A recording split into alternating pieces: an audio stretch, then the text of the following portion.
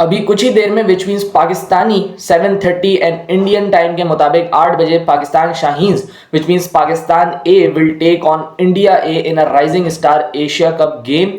और अगर मैं इस टूर्नामेंट की बात करूं तो इसका पहले नाम इमर्जिंग एशिया कप हुआ करता था। लास्ट ईयर जब ये T20 फॉर्मेट के अंदर खेला गया था तो इसमें विक्टोरियस टीम बनी थी अफगानिस्तान, और उस टूर्नामेंट के अंदर India emerged as a victorious team against Pakistan. बड़ा क्लोज मुकाबला हुआ था।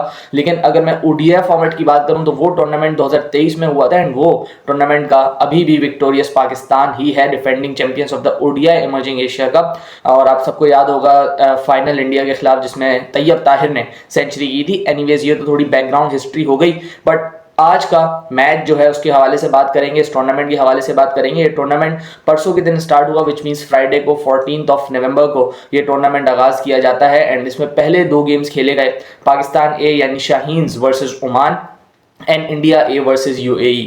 सबसे पहले पाकिस्तान की गेम के ऊपर बात करते हैं। पाकिस्तान ने बड़े कॉम्प्रहेंसिवली ओमान को हराया, जिस तरीके से हराना चाहिए था। मास सदाकत, बहुत ज़बरदस्त परफॉर्मेंस दी with the bat with the ball as well.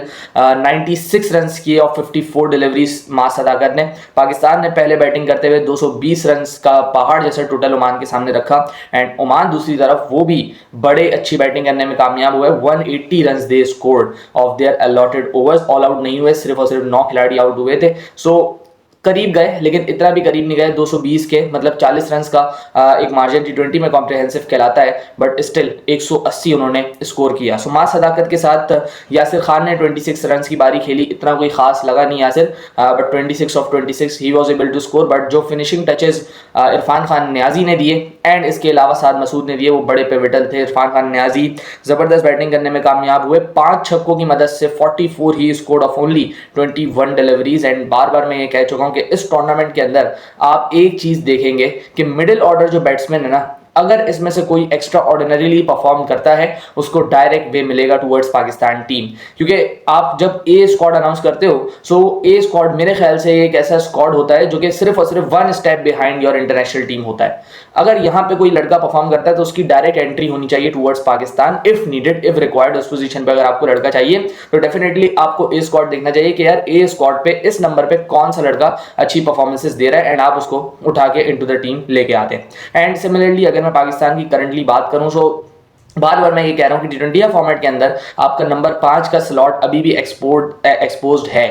आप उस्मान खान को लेके तो आए हो, but I don't think Pakistan is going to stick with Usman Khan. Usman Khan मौका भी नहीं देगा आपको। आप देखेंगे कि उस तरीके से वो परफॉर्मेंसेस नहीं दे पाएगा एट नंबर 5, क्योंकि वो उसका एक तो नंबर भी नहीं है, but more than that with Usman Khan इतना कॉन्फिडेंस ना तो मुझे आता है ना तो शायद किसी भी फैन को आता होगा। वाइल उस्मान इज प्लेइंग, हम ये नहीं कह सकते कि उस्मान खान कभी हमें कोई मैच जितवा देगा।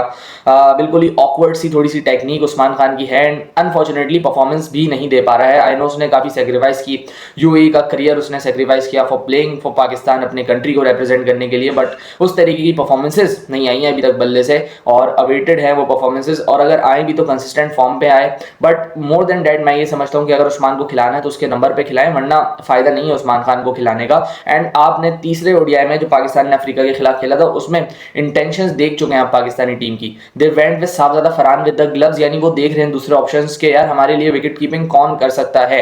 And if Sahibzada is able to keep, then आपके पास वो नंबर 5 वाला स्लॉट जो है ना वो खाली पड़ता है, एंड आप उसमें आराम से किसी भी लड़के को लेके आ सकते हैं जो कि अच्छा परफॉर्म कर रहा है at that number, at your domestic level, at your A teams level. So वो लड़का मेरे ख्याल से तो इरफान खान न्याजी ही होना चाहिए। पिछले मैच में बड़ी शानदार फिनिशिंग टचेस दिए, and he can play a long innings as well. बड़े छक्के मारता है, सिंगल डबल अच्छे करता है। So he is a complete package. अगर उसको लेके आएंगे तो पाकिस्तान का अल्टीमेटली बहुत ज्यादा फायदा होगा, बट लेट्स सी क्या होता है। वापस बात करते हैं ए की। Saad Masood was able to score 19 off 6, जो कि अच्छा एंड इनिंग्स को इन लोगों ने। फिर अगर मैं बॉलिंग में बात करूं तो हमारे पास बॉलिंग कुछ खास रही नहीं है। मोहम्मद सलमान फास्ट बॉलर, 10 की इकॉनमी से 3 ओवर में 32 रन दिए उन्होंने। उबैद शाह, नसीम शाह के जो भाई हैं, 3 विकेट लेने में तो कामयाब हुए, but yet again he went for 29 in his 3 overs. फिर उसके बाद मास सदाकत येट अगेन बॉलिंग में भी आपको नुमाया नजर आएंगे। 14 रन देके 2 खिलाड़ियों को आउट किया in his 3 overs. Ahmed Daniyal 4 over में 35 रन दिए उन्होंने। इसके अलावा आप साद मसूद ने 4 ओवर 27 रन 2 खिलाड़ियों को आउट किया।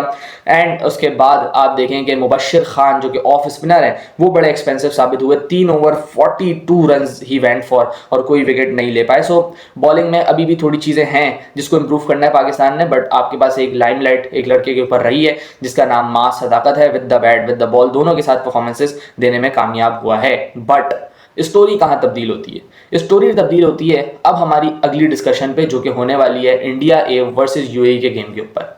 जो ये इंडिया का नया टैलेंट है ना, ये जल्लाद है।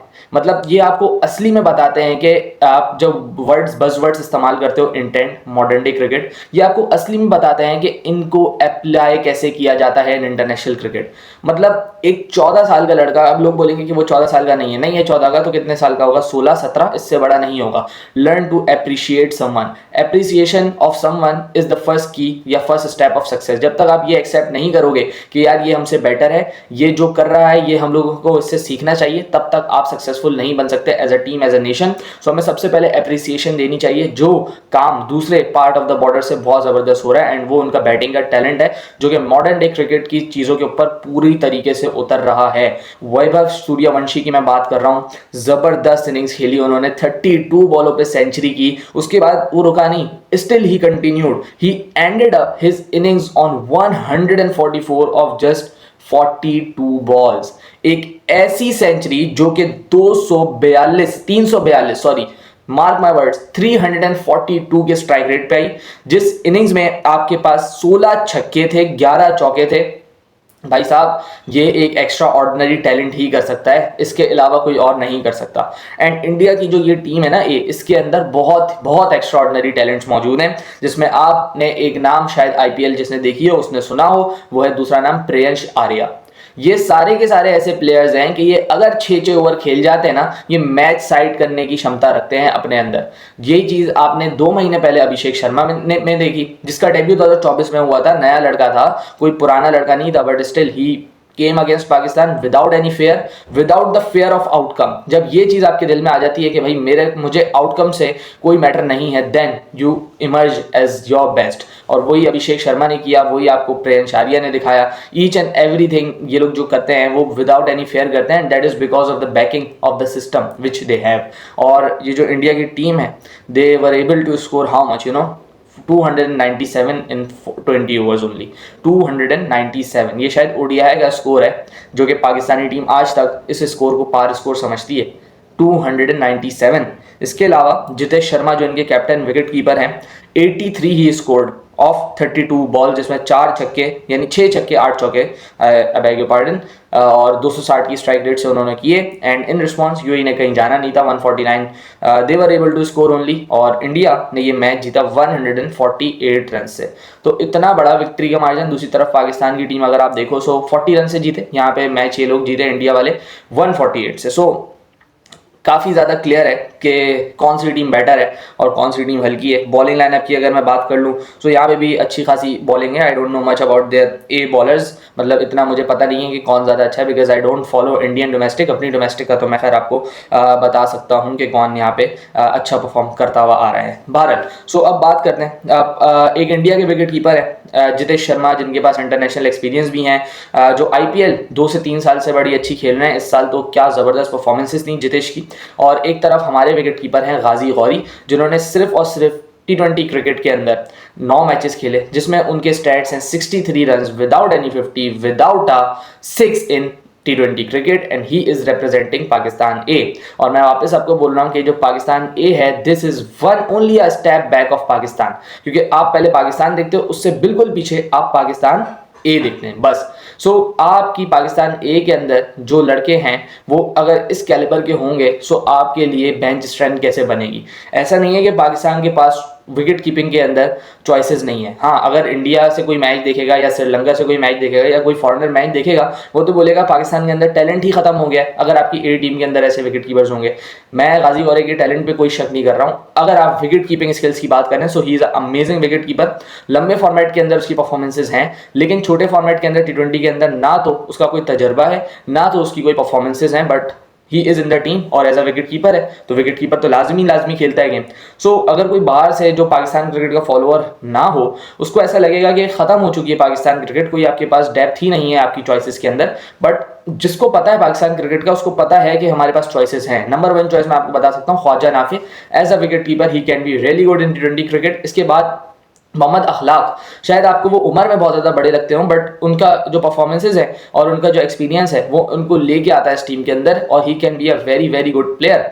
और एक और चीज़ आप देख सकते थे कि हसीबुल्ला खान, जिनको ओडीआई में चांसेस नहीं मिल सकते थे, उनको भी आप इस टीम के अंदर डाल सकते थे as a wicket keeper. So options बहुत सारे थे। ऑप्शंस अगर आप देखने पे आए तो साद बेग का भी ऑप्शन था, इतना अच्छा उसने रेड बॉल का सीजन लगाया, he could have been in the team as well, but Ghazi Ghori को लेके गए। लेट्स सी वो कैसा परफॉर्म करते हैं। बट जो सिलेक्शन क्राइटेरियाज हैं वो बहुत ज़्यादा क्लियर हैं, बहुत ज़्यादा एविडेंट है कि किस तरीके से सिलेक्शन होती है, किस तरीके से चीज़ें देखी जा रही हैं यहाँ पे। और अब जो है आज के दिन ही अनाउंसमेंट हुई है कि Sarfaraz Ahmed is now be looking after over 19 and over 18। इनके टूर्स भी सरफराज अहमद अरेंज करवाएंगे, इनकी सिलेक्शन भी सरफराज अहमद अरेंज कराएंगे, इनके कोचेस को भी सरफराज अहमद ही लुक आफ्टर करेंगे। सो आप समझ लें कि एक हेड है 19 एंड ए के सरफराज अहमद। ऑब्वियसली बहुत ज़्यादा रिस्पेक्ट है उनकी in Pakistan and all over the world, जितना उसने पाकिस्तान क्रिकेट को सर्व किया है। सो लेट्स सी अपना इनपुट वो कैसा लेके आते हैं। सो ये अपडेट है फिलहाल। टीमों में बहुत बड़ा फर्क है, इंडिया की टीम बहुत अच्छी टीम है और टैलेंट वाइज भी बड़े सुपीरियर हैं, बट छोटे लेवल के ऊपर हैं। सारे के सारे लड़के शायद अपना पहला गेम खेलें अगेंस्ट पाकिस्तान, एंड ये यहाँ पे जो प्रेशर गेम होता है वो बहुत ज़्यादा स्टक इन करता है in the players mind. So let's see कौन प्रेशर को अच्छा कंट्रोल करता है, कौन विक्टोरियस इमर्ज होता है। इसके ऊपर आगे भी बात होती रहेगी। पाकिस्तान का श्रीलंका से भी ओडीआई चल रहा है, सो उसके ऊपर भी बात करेंगे किसी और वीडियो में। अपना ख्याल रखिएगा। अल्लाह हाफिज़।